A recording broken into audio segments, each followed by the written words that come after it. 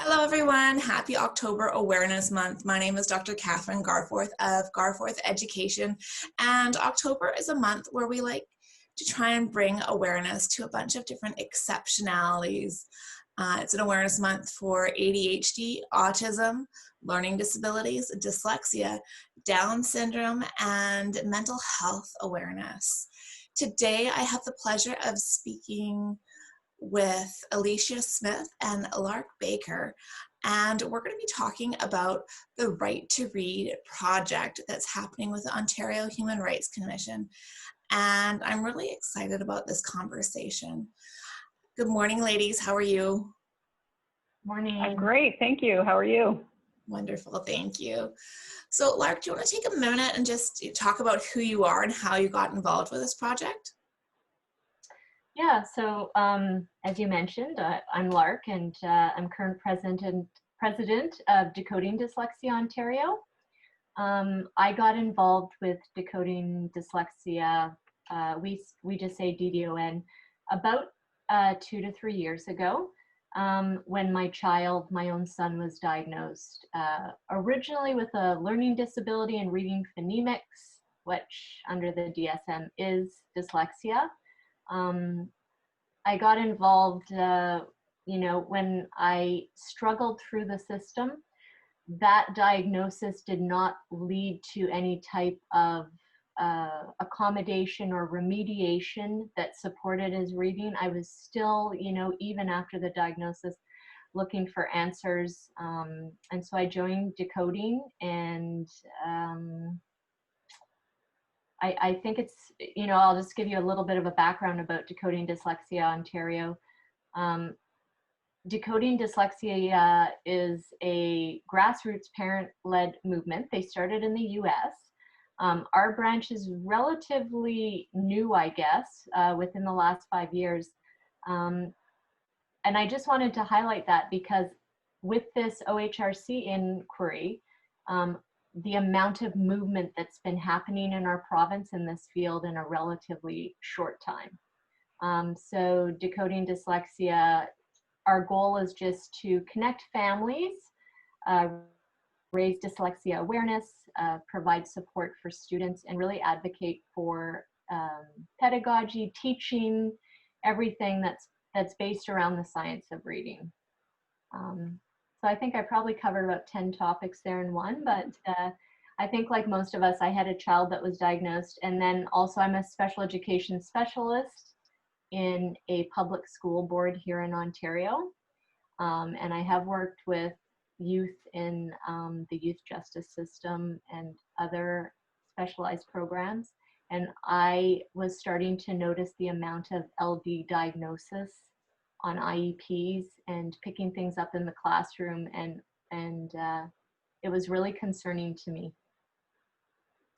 Yes, well, it is. I mean, the amount of illiteracy and low literacy levels in the juvenile justice system, I mean, across the province, really across the world, is something to be concerned about. And it's something that we need to take notice to, because imagine what these individuals would be able to do if they had the, access to reading and the materials, because a lot of the pull to the lifestyle that leads them there is because they are struggling. And there have been research and interventions done where they've introduced literacy programs and got these individuals so they can read, and it's reduced the recidivism or the reoffending for these individuals because they're able to access the information and get the learning done. Yeah, I guess I was just so shocked because it's sort of like once I discovered dyslexia, we know there are ways to remediate, for lack of a better word, to teach dyslexic children to read. I was sort of like, what's happening here? Why aren't we doing these things? How does nobody know about this? How do teachers not know? It was very baffling. Right. Now, Alicia, do you want to take a moment and introduce who you are and what your part of this cause is? Sure, thanks. So I'm Alicia, and I am the current president of the International Dyslexia Association Ontario branch. And I got involved in this, well, for a couple of reasons, but I guess I should start with saying that I'm dyslexic myself. I wasn't diagnosed until high school. And at that time, that was a term that was used sort of at the beginning, and then it sort of disappeared and it never was said ever again. But that was the way that I had always identified myself. And so, you know, fast forward quite a while, and I had a child.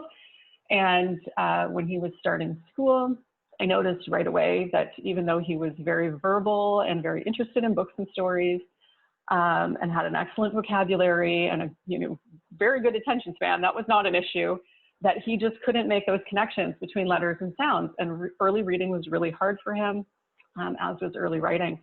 And I thought that, you know, it's 30 years since I was in kindergarten, and surely they know what to do now more than they did when I was in school that long ago. And his teachers were really great teachers. They were really trying hard, and they were spending extra time with him, and they were aware that he needed some extra support, but they assured me all along that, you know, he's going to get it eventually. It's going to be okay. And even though I was identifying as dyslexic and saying, you know, shouldn't we be testing him? Shouldn't you be doing something else for him? Like, what can we do to help him here? It just continued to go on.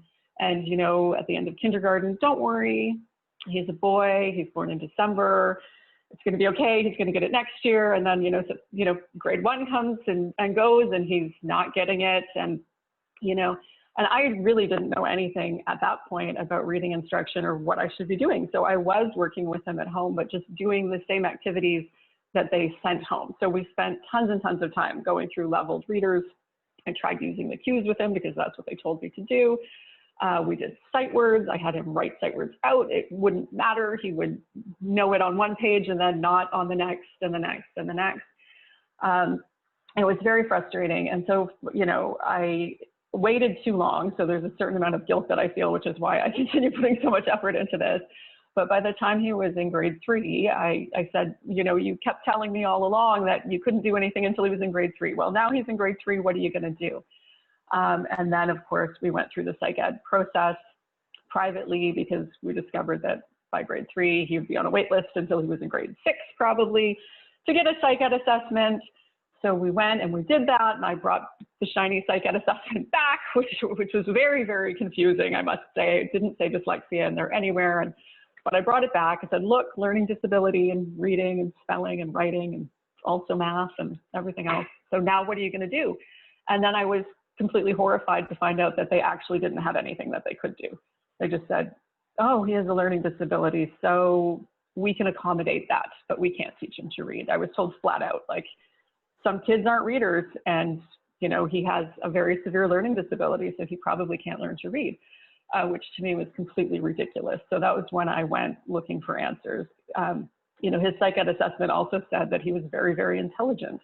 And I thought, wait a second, like, I think that I would have had a psych ed assessment that looked very much like this, but I learned how to read. Surely he can learn how to read. So that was when I started looking for information. And through that process, I found IDA Ontario, and they have some good free webinars and resources for parents to explain the science of reading. There's a few webinars that we have that really teach you how to, it's called Helping Your Struggling Reader, which kind of explains some things that you can do at home with your child. And I started doing those things, and I was hugely successful. Through that process and realizing how many kids are missing that, how many kids are going to the school and either not getting the psych ed assessment or not ending up getting that help because there isn't somebody who can figure it out on their own for them. So that was how I got really involved in advocacy once things were sort of turned around for him. And I'm very happy and proud to say that he is now a reader. He's an avid reader. He's in grade 7, and he's plowing through books. He's very happy. So. Well, that's amazing that you've had the energy and the drive to do this, because unfortunately it's an all too common story that you hear, really across the world of, parents saying, oh, look, this is something that I had, and there is a genetic component. And I'm worried about this for my child. And they're advised to wait, and that, maybe it's a late baby, or, they'll catch on. or it's common for kids not to learn how to read until about grade 3, when really the research tells us that the time to screen and intervene is early. Recently, I've spoken with Dr. Siegel on one of these conversations where we talked about how we can implement a screening process and an early intervention program in the general classroom that teachers can take part of. And, she's had research where this has been extremely successful. So we need to find ways that we can support our teachers to do this. And, another thing that was common that I heard you say was that parents will come with the diagnosis to the school and like, so what are you going to do to help my child read? I'm like, well, we'll help them get through, but we're not going to help them learn to read. And again, that's a huge disservice to the child because they're effectively saying, sorry, we'll help them and we have ways to support them, but we're not going to work on their deficit that can be effectively intervened. We just don't have the time or the skills. And I've spoken with teachers that have said, yeah, we're just told to accommodate as soon as we see that specific reading or learning disability in reading or dyslexia. They're like, okay, accommodations will get them through. But that's doing a huge disservice for the individual because do they really want to have to bring out that e-reader or have those, struggles throughout the rest of their life when they can have the intervention? And as Lark was mentioning, the rates for juvenile justice system and the correction system with illiteracy and the other health issues that are involved with that and how it affects the individual's self-esteem. And these are things that are lifelong, and it's not fair when we have the research and the knowledge to help prevent early and intervene early so we can identify children at risk. And the complaint or the concern that I hear about this commonly is, well, you don't want to diagnose in kindergarten. And of course, I would never recommend diagnosing a child with a reading disability before they've been taught how to read. That's just counterintuitive. But what we can do is we can identify risk. And we can say, given this child's current learning profile, we feel that they are at risk for learning how to read. They might have trouble learning how to read, but there are things that we can do as part of our classroom instruction to help these kids get a better foundation so they are likely to have more success.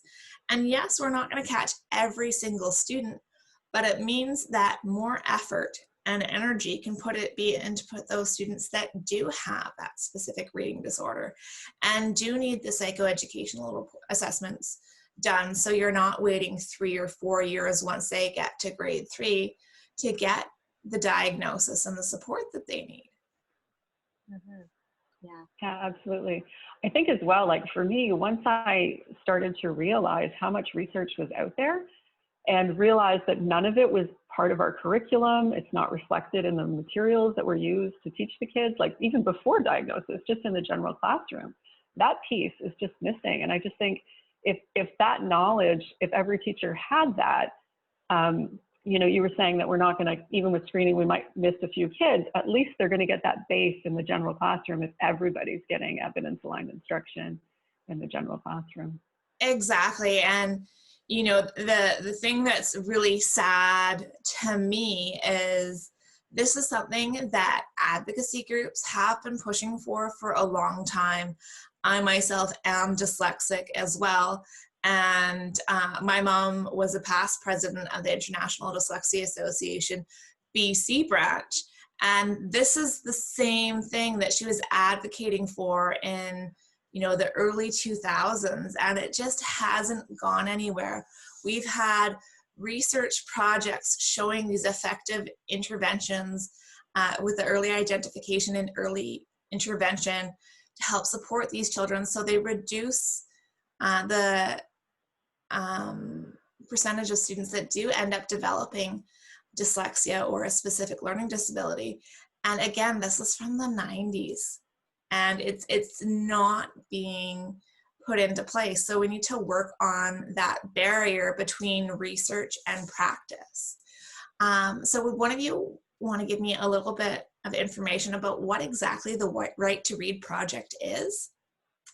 I just wanted to respond quickly about the timing of this and how long families have been advocating. And then I don't know, Alicia, if you want to chat about some of the specifics. But, you know, as we often talk about advocates, this information has been around a long time. And at the beginning, I sort of mentioned we've had a lot of movement in Ontario in the past 5 years. And I really here want to credit parents. And I think that that is what I would give advice to any other province or community who's wanting to advocate and make systemic change. When DDON started, it was just a way to organize families to support them. You can also often feel isolated as a parent. I know I felt the same guilt Alicia sort of said. I felt like, you know, you leave it too long and I should have known better. What was I doing? You see your child struggle. So we were really there to support families. All of these stories that we've just shared, we started hearing, they were similar. There was this universalness to them where it's like, you know, we're seeing problems in kindergarten, nothing's being done. Are you reading at home with your child? Are you reading at home with your child? Yes, they're a boy, they're born late, they're gonna catch up. And then, you know, we encouraged parents to start filing with the Ontario Human Rights Commission. So parents were making individual complaints, just making records. And then we started compiling information to look into systemic issues here. And that is where I think we've done a great job provincially. Our organizations, so DDON, IDEA Ontario, and Dyslexia Canada, we really collaborate and share knowledge and advocate together. So we put together a joint filing and reached out to IDA and Dyslexia Canada and said, you know, what can we do here? I think we, you know, the founding members of DDON did a great job with that, and you know, really wanted to bring everyone in to say what should we do. Yeah, I would totally agree with that. It's bringing people together. And so I know that they're right across Canada, and I'm sure in other places as well, there are a lot of parents that have launched complaints and feel very isolated. Like I've spoken to a number of parents who've tried to go through the Human Rights Tribunal process, and it is very lonely because often you're not allowed to speak publicly about what's going on, and it's a real slog. You're kind of in a battle with your school board, and that's a really emotionally hard thing to do. And a lot of people I know sort of weigh like, is this really going to make the benefit? Like, I might not win this. It's going to drag on for years. Like, should I really do this? But that really made a huge difference in Ontario, the number of people that did that. Because when I first started talking to the OHRC, the first meeting I was at with them, they said when they looked into the sort of package that DDON and UMBIDA, people before me, and Dyslexia Canada had put together, they looked at it and there were at that point when they first looked at it, 77 open complaints at the Human Rights Tribunal for this specific issue. And they looked at them all and they were all basically the same thing. You know, we have a child, you won't assess the child. Now the child's assessed, you won't actually offer remediation. All you want to do is accommodate.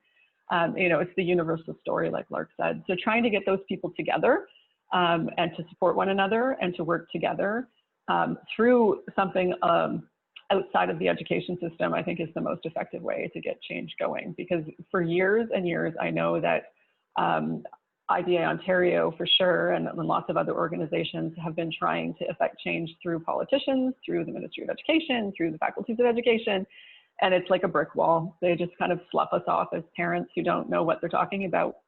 Go away. So I think taking a side run at it through the legal aspect is really the way to go. And it's unfortunate that we have to do that. And the one thing that I thought important to highlight is this pre-screening and this early instruction, the early intervention. is something that's not going to just help the students that are at risk or have a learning disability. It's also going to help those individuals that have garden variety reading disability. So they don't meet the diagnostic criteria, but they're still not competent readers. For the individuals who speak English as an additional language and don't necessarily come to school with the same exposure to the English language as their peers, and they aren't able to get the support at home because their parents don't necessarily have the skills in English to support them. It also helps the students who have other exceptionalities, whether it's autism, Down syndrome, ADHD, and it's really just best practices for teaching. That is what we're really advocating for, and making sure that we're, aligning with a structured literacy or language and literacy practice to give the best chance to all the students in the classroom. And this isn't going to harm the other students when done effectively, right? Because there are things that you alert them to that they wouldn't necessarily have known otherwise. Mm-hmm. And especially, as the students get older, when you talk about morphology and etymology of words, and when you're able to give an explanation for why certain words are spelt the way that they do, even though they don't sound the way that they're spelled, like they're not phonetic, that can help everyone in the classroom, and these strategies are effective. Yeah, I think Absolutely. in our advocacy, our organizations really advocate for a curriculum based on the science of reading with a 3-tier approach. So tier 1 would be all teachers have been trained to this curriculum. There's early screening, so every child has access to structured literacy.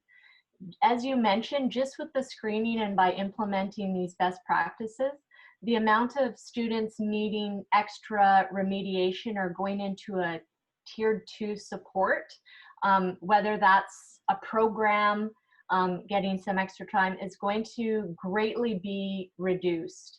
The tier 3 for us would be having someone that's highly trained in the Orton-Gillingham approach or structured literacy that can assist looking at psychoeds, giving that one-on-one remediation to children who've been identified early that they need this extra support.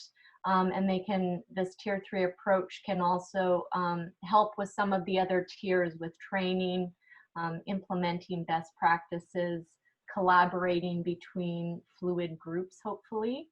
I think that as we got into this issue, we really stopped seeing it as a special education issue. This is a reading issue. This is just a basic, good old reading issue for every child that's coming into the public school system. And if we hit these tiers and we provide great and good reading instruction to all children, we will save taxpayers lots of money. And we will see progress. We hopefully will cut down on the school to prison pipeline. Hopefully there's a reduction in child mental health needs. I really see these things all connected. Well, and the other thing is, are there things that we can identify even in preschoolers that put them at risk for reading failure? And if we're able to remediate those risk factors before they begin reading instruction, we might even be able to prevent that failure from happening in the first place, right? So we're trying to move our school system from that wait to fail model, which we have when we're saying, okay, well, we'll look at them in grade 3, to a model that's preventing them from failing in the first place. And the problem with that grade 3 weight that we're talking about is really, it's still based on the IQ achievement discrepancy model for diagnosing a learning disability. And that means that you're expecting there to be a gap between where they are on some of the skills to where they are with their IQ. And that's not necessarily, the best way to go about it. And it's also not the way that you're supposed to diagnose a specific learning disorder. anymore. And that's been around for years. And I do understand the argument that you're not wanting to diagnose or identify a learning disability while a child's still learning how to read. But it would be better to identify the risk, remediate the risk, and help them along, right? So we're not advocating, if a child in kindergarten is struggling, okay, well, they're slapped on with a diagnosis. No, we're saying, okay, let's work on those weaknesses to begin with. So what is the Right to Read project? Sure. Maybe I'll take that one. So what it is it's actually a full public inquiry. So it's a legal process that the Human Rights Commission of Ontario has launched. So the Human Rights Commission is an arm's length government organization that's completely independent, and their job is to look into any sort of issues of human rights in Ontario, within public institutions, private businesses, policies, systemic issues. And certainly access to education is, within their mandate, because we have a right to an education in Canada, and that's considered a human right. And there are legal precedents to include reading as a part of that human right. Learning to read at school is a human right in Canada. So the concerns, there was all of the parents that made the individual complaints to the Human Rights Commission, and then Decoding Dyslexia primarily put together a large body of information with support from IDA Ontario and Dyslexia Canada, and brought it to the Human Rights Commission saying, this is what's going on. Like, there is a better way. We have an obligation to identify risk as it is and to provide the best educational opportunity possible to students with learning disabilities. We've primarily focused on that because there are special human rights and accessibility requirements around disabilities. But like you said, I feel that what we're trying to achieve here is so much more than just about dyslexia. It's about reading for every child. And they looked at it, they looked at the reading research. They spent about a year actually going through it. They contacted the families who had made individual complaints. They interviewed educators, they interviewed people at faculties of education, psychologists right across Ontario. They looked at the data that was presented, and they looked at international studies and data, reading research, and our curriculum, and said, wait a second, like, you're right, there is a huge disconnect between what is happening in our schools and what best practices are as identified by evidence and science. And this disconnect is causing a huge number of students in Ontario to not learn to read adequately. One of the things that I think people would be shocked to discover is that in Ontario currently, we have about a third of the students that are leaving school not meeting literacy benchmarks. And this isn't really shown on our provincial EQAO results because we are allowing students to complete those literacy assignments using AT and scribing. So when we're measuring a grade 3 student in Ontario to see if they can read and write, they may have listened to the entire passage on Google Read Write and then spoken their answers to an adult who wrote the answers down for them, which, those accommodations are great for when we're evaluating whether a student understands science or history or math. If what we're trying to do is to see if the child has learned to read and write, that's not an accurate reflection of what's going on in our education system. So when we remove that group of students, we see that we have a third of grade 3 students at the end of grade 3 that aren't reading or writing, which is obviously a problem. So they, looking at all of this evidence and looking at the complexity of the education system, decided that the only way to really get to the bottom of it was to launch a full public inquiry. So that's what they've done, and it'll be about a year and a half, I think, by the time the inquiry is completed. But they've selected 8 school boards in Ontario. I think we've got, I'm not sure how many, like 90 school boards or something. They chose 8 that would be a representative sample. So they're from different areas, like we've got urban and rural and northern and all over the province. High performing, low performing, so it's a representative sample. And they're auditing those school boards, looking at everything to do with reading. So they've gone right in there, they've got all the student assessment data, they're looking at what screening tools they're using to identify kids early They're looking at what reading materials they're using. They're looking at the PD for teachers. They're looking at the remediation programs and the number of students that are actually able to access those programs. Because I know in my school board, for example, I complained after I was told that my son was just going to get a Chromebook and that was going to be the extent of what he got. And I said, no, you need to provide remediation. And they said, oh, well, we do that. We just don't do it at your school, right? It's just not available in your area. But we have this program. It's over there. So we've met our requirement. But you know, how many kids in the entire school board are actually able to access that program? So they're going in there and they're actually looking to see. They're looking to see, okay, so your kid has this program on the IEP. Did they finish the program? Like that's another big one. I did end up getting my son into that program eventually. And then I discovered that they didn't actually budget teacher time to teach the program, right? So he got like a quarter of the program and they said, oh, look, we gave him the program, good enough. So they're really digging down into the nitty gritty to see what's actually going on with students, following them through in 8 school boards, and they will draw conclusions about the effectiveness of reading instruction based on that, and then make recommendations for change, which is very exciting. The other thing they're looking into, which is quite cool, is teacher training. So they're also auditing all of the university teacher preparation programs in Ontario. They are looking at the reading lists for teachers, the required courses, and all of those things as well. So, as well as, or maybe Lark, if you want to talk, they've also consulted with parents. And Yeah, no, just as Alicia was saying, the scope really followed the 5, the universal design of learning, mandatory screening, evidence-based reading instruction, accommodations, and timely access to psychoeds. And I think what was really cool and was just really necessary, and I think great for parents, is when they were holding these public, I guess, forums, for lack of a better word. Some were private meetings where people were invited, but private meets, it really gave parents a chance to share their experiences.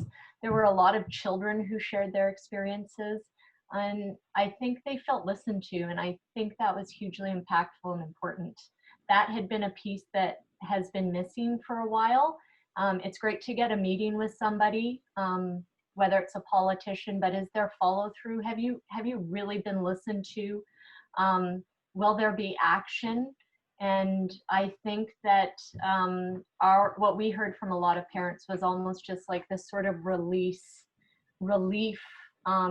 and also that they were validated. It was a sense of validation, and I think even psychologically for families, it's just hugely important. And people know they're not alone. They know it's not them. You're not doing anything wrong as a parent. That's not why your child's struggling. And so even, regardless about curriculum and all these other things, just for families and children, I think it's been a good process. Well, and I think the thing that's really important for parents is, there's quotes about children's become readers in their parents' laps when they're being read to, and really that's not the case. And so many, parents are being told, oh, well, your child's not reading because you're not reading enough to them at home. And again, this is not the case. The human brain does not have one area designed for reading. We actually have to integrate 3 different areas of our brain to become a confident reader. And that's where this is happening. That's why children are struggling, because they're not able to make the connections between these 3 areas to build that skilled, confident reader. And that's where we need to use these systematic, structured literacy methods for teaching to make sure that they make those connections, because if they don't, as I said, it's not a natural process for us. So we need to find ways to put the scaffolding in place to do this. Mm-hmm. Yeah. So it's been going on for about a year, and it's going to take about 1.5 years. So what are the hopes once this report comes out? What are we hoping is going to happen? And what are we hoping the findings are going to show? Well, I'm certainly hoping that sorry, do you want to go, Lark? No, go ahead. Okay. and say, I'm certainly hoping that the findings are going to recommend that we move to a structured literacy curriculum with early screening, immediate intervention, and then a tiered approach, like Lark said, as well as changes around teacher training and teacher knowledge, like recognizing that there really is a lot to know when it comes to teaching literacy, and that it isn't something that can just be included as a sort of a part of an optional course that maybe you're going to take in university, where you learn how to pick out, appropriate library books for your kids. Like, I've talked to so many teachers who say that's about the extent of the training in literacy that they got in university. And in Ontario now, Teachers College is 2 years after an undergrad degree. So if you think about it, like, we've got teachers that are going through 6 years of university generally before they can teach elementary school. Think of how much knowledge we could pack into that 6 years. You could have some prerequisites in undergrad in linguistics and things like this. And then, you've got 2 years in Teachers College. So we could have some amazing teachers, and we could get, illiteracy eradicated entirely in Ontario if we really wanted to. Well, and I think that's common across the provinces. I mean, there's 1 to 2 year teacher education programs, and a lot of them aren't putting the focus in on how we teach reading and how we teach math. The focus is on what to do once the kids are reading, and not focusing on the intervention and the prevalence of this illiteracy and the children needing support in the classrooms aren't being addressed, right? If a third of the students are struggling with this, every teacher in a public school is going to be dealing with this every year in their classroom. Now, whether it's dyslexia, a specific learning disability, or an instructional casualty, which is a child that hasn't had the opportunity to have their instructional needs met to learn how to read, but they have the skills that they need to do it. They just haven't been given the instruction to do it. We need to make sure that our teachers know how to do this. Our curriculum reflects this in what it's saying that we have to teach the students. I know when I work with families, I'll see children in grade 2 and 3 that still struggle with writing their alphabet A to Z. And it's nowhere mentioned in their report cards or even their psychoeducational assessments that the child cannot sit down and write the alphabet efficiently in under, even under 2 minutes, right? That's a great example, because that's one of the things that we've put in our request, is that the curriculum itself has more specific goals, because there is no curriculum expectation in Ontario around learning to write the alphabet. It's not in there anyway. Like, it doesn't say that kids are going to learn how to form the letters and write the alphabet. Like, the curriculum expectation for grade 1 spelling, and I can quote it, but it's kids will learn to spell some high frequency words. That's the whole thing for spelling, right? It's like, what is some? Like, I can spell I and a. Those are 2 high frequency words. Is that good enough? Like that's it. There's no specific recommendations. And when you don't have specific curriculum goals, then you don't report on them, right? Because the teachers have to report on what is the curriculum expectation. That's where the report cards are designed to reflect. So they're not measuring that because it's not an expectation. It's just not there. So, like, that's a great example. Well, yeah, I've been noticing knowing the difference between lowercase and uppercase letters. And, there are so many things, I think everyone, whether they have an education background or not, would feel that being able to print the alphabet from A to Z is essential to learning how to read. And, not just writing the letters in random order, knowing that A looks like an A and all the way to Z, and be able to do it sequentially. And, I've had several students where even just saying the alphabet orally and not singing the song, but actually saying it is the problem. Because when you're reciting the song, you're not necessarily making the association between the letter, or the words that you're saying in the song, and the letters of the alphabet. And, knowing, the students that struggle will often have to start at the letter A and go through the whole song to figure out the one that they're stuck on, instead of saying, okay, L, M, N, O, because I'm on the letter L, what comes next? They have to go back to A and go all the way through to figure what's after L. And these are strategies that we can teach them. And, it's, I think, fairly intuitive that this is something that kids need to know if they're going to be successful readers in the English language and spellers. Yeah. I totally agree, and I don't know if I'm going to switch the topic here, but I as well hope that we get a full-on curriculum change, because that's going to lead to teacher training. And as Alicia said, when you look at our provincial curriculum here, it's sort of vague, but there's no real scaffolding and sequential skill building. You're just sort of expected, like, oh, you'll just read, just like you learn to speak. Everyone will just read, and then we're just doing all of these things. And I think that is where the real change needs to come, is the understanding, as you mentioned, how we learn to read. We need to get rid of these myths that reading is like speaking, and that, some kids read and some kids don't. And that the kids that are reading, it's because we as teachers have taught that. So this is why this whole language approach works. I think another issue here, when Alicia brought up the data, is we have this data. So provincially, 26% of our grade 3 students are not reading at standard. If you're in special ed, it's over 50. We have this data. It's not driving instructional changes. It's not making us look and critically analyze what we're doing. It's just sort of like we're collecting it, but we're not utilizing it. And for myself, that's the whole purpose of these assessments. Any type of, standardized assessments or tests, it's because we need to be checking, how are we doing? Definitely. And the thing is, this is not something that is unique to Ontario. I think every province and territory within Canada is going through these same struggles.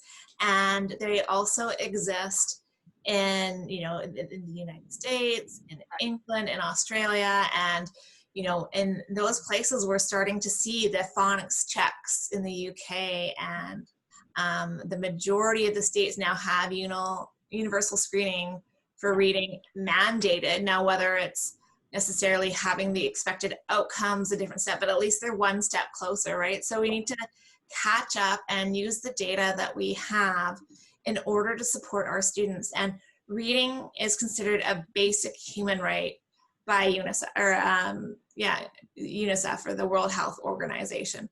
And we're a first world country, and all of our children should have access to this basic human right. And, yes, I think it's important to acknowledge that there are some students that will not have the ability to read, but I think it's less than 1% of the population. And, if they're not able to comprehend spoken language, then it isn't realistic for them to be expected to learn how to read language. If they can't comprehend language in any form, then reading it is out of the question. But that's not the 25, 26% that we're currently seeing, right? Mm-hmm. So we need to be doing better. Yeah, my real concern, I think, as an educator and parent as well, is that our ministry is going to, whatever the OHRC recommends, is going to respond by program purchasing. I think we have a real opportunity here to that's going to benefit all children. We can really look at the impact this will have on social justice, equity issues. We can really make a substantial change here, systemic changes that need to happen. We've talked about the tiered approach, but I think, on the flip side, my greatest concern is that a response is, okay, every school has access to this program now. So then we still have this spec ed pop, the regular classroom population, and then there's whatever withdrawal and programs. And we're really not looking at the heart of the issue then. Yeah, so best case, we're gonna revamp the curriculum to reflect reading science and make sure that all of our current teachers have the professional development to understand what a structured literacy approach is to teaching reading and language. Yes. And to ensure that all of our teachers that are currently, or pre-service teachers, are getting this information in their teacher education program. And this is something that should not be put on the onus of our current teachers as far as finding and funding the information. Yes, it's important to have the materials that they can use, but having those materials sit in a storage room or a resource room is not going to change the results for these students.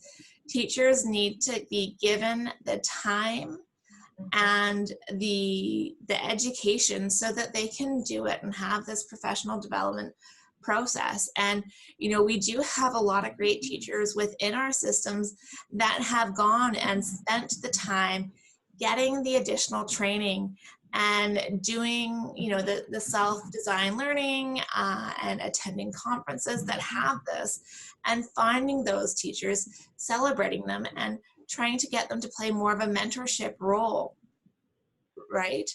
And have this as not like a taboo topic. Have it say, okay, yes, you know what, I'm a teacher, my teacher training didn't address this, I'm experiencing this in my classroom, I want to do better, I know there's stuff that I can do to make it better, so let's do it, as a school district, as a province, as a country, to make it better, and have these forums where we can provide the support and, have no judgment and no barriers. I totally agree. That's one of the things that IDA Ontario has been trying to work on doing. So we did form, just at the beginning of COVID, really quickly, we threw together a bunch of teacher learning circles where we had groups of classroom teachers that were meeting with, like you were saying, the classroom teachers who've gone out already and done this learning on their own, and mentoring each other, like through COVID. They sort of started in March and continued through until June. And there's a couple of groups that continued to meet over the summer. And they love it, So we had, I think, 60 teachers and administrators involved in that. And it was just a great experience for them to support one another while they're learning about it. And it wasn't super structured. It was kind of like a discussion group where they would meet, once a week on Zoom and go through different articles, watch webinars ahead of time and get together and discuss them. But they're at least starting to go down that journey, but they can support one another while they do it, because that's one of the things that I've heard. We have a lot of teacher volunteers at IDA Ontario, and they all have said previously that they felt like they were so lonely in their own school because they were really interested in this and they were trying to bring it forward, but they didn't really have people to talk about it. I think it's changed a lot, especially since the inquiry. There's a lot more interest in schools and there's a lot more legitimacy. So when people are starting to talk about this stuff now, they're not getting that pushback in the same way that they were previously reporting within their schools. I think there's more interest and less fear, which is good. But that's one thing that, as like in my term as IDA president, my kind of goal for the next couple of years is to continue to build that community of teachers up and expand those circles so that we have more of a network of teachers that can support one another through this process, because it's a huge change. Yeah, and that's again something that I've been working on this summer. I created the Garforth Education Educators Group, and it's meant to be a safe community for for teachers to go to, and educators, tutors. You don't just have to be a classroom teacher to be part of this group. Anyone who's interested in education, and I post resources. I've been doing these videos. I've been having some great lives where I've been speaking with experts and talking about how we can work on phonics instruction and reading fluency. And it's about making the informational available to teachers with a very, very low, if not non-existent barrier to entry. I mean, there are so many amazing Facebook groups out there that provide so much value. And it's just getting an awareness out for there. out for them. So is there anything that you guys would like to say in closing? Any advice to parents or educators who are wanting to know more about this or ways to move forward? Well, I think just all for parents, just you're not alone. Trust your gut.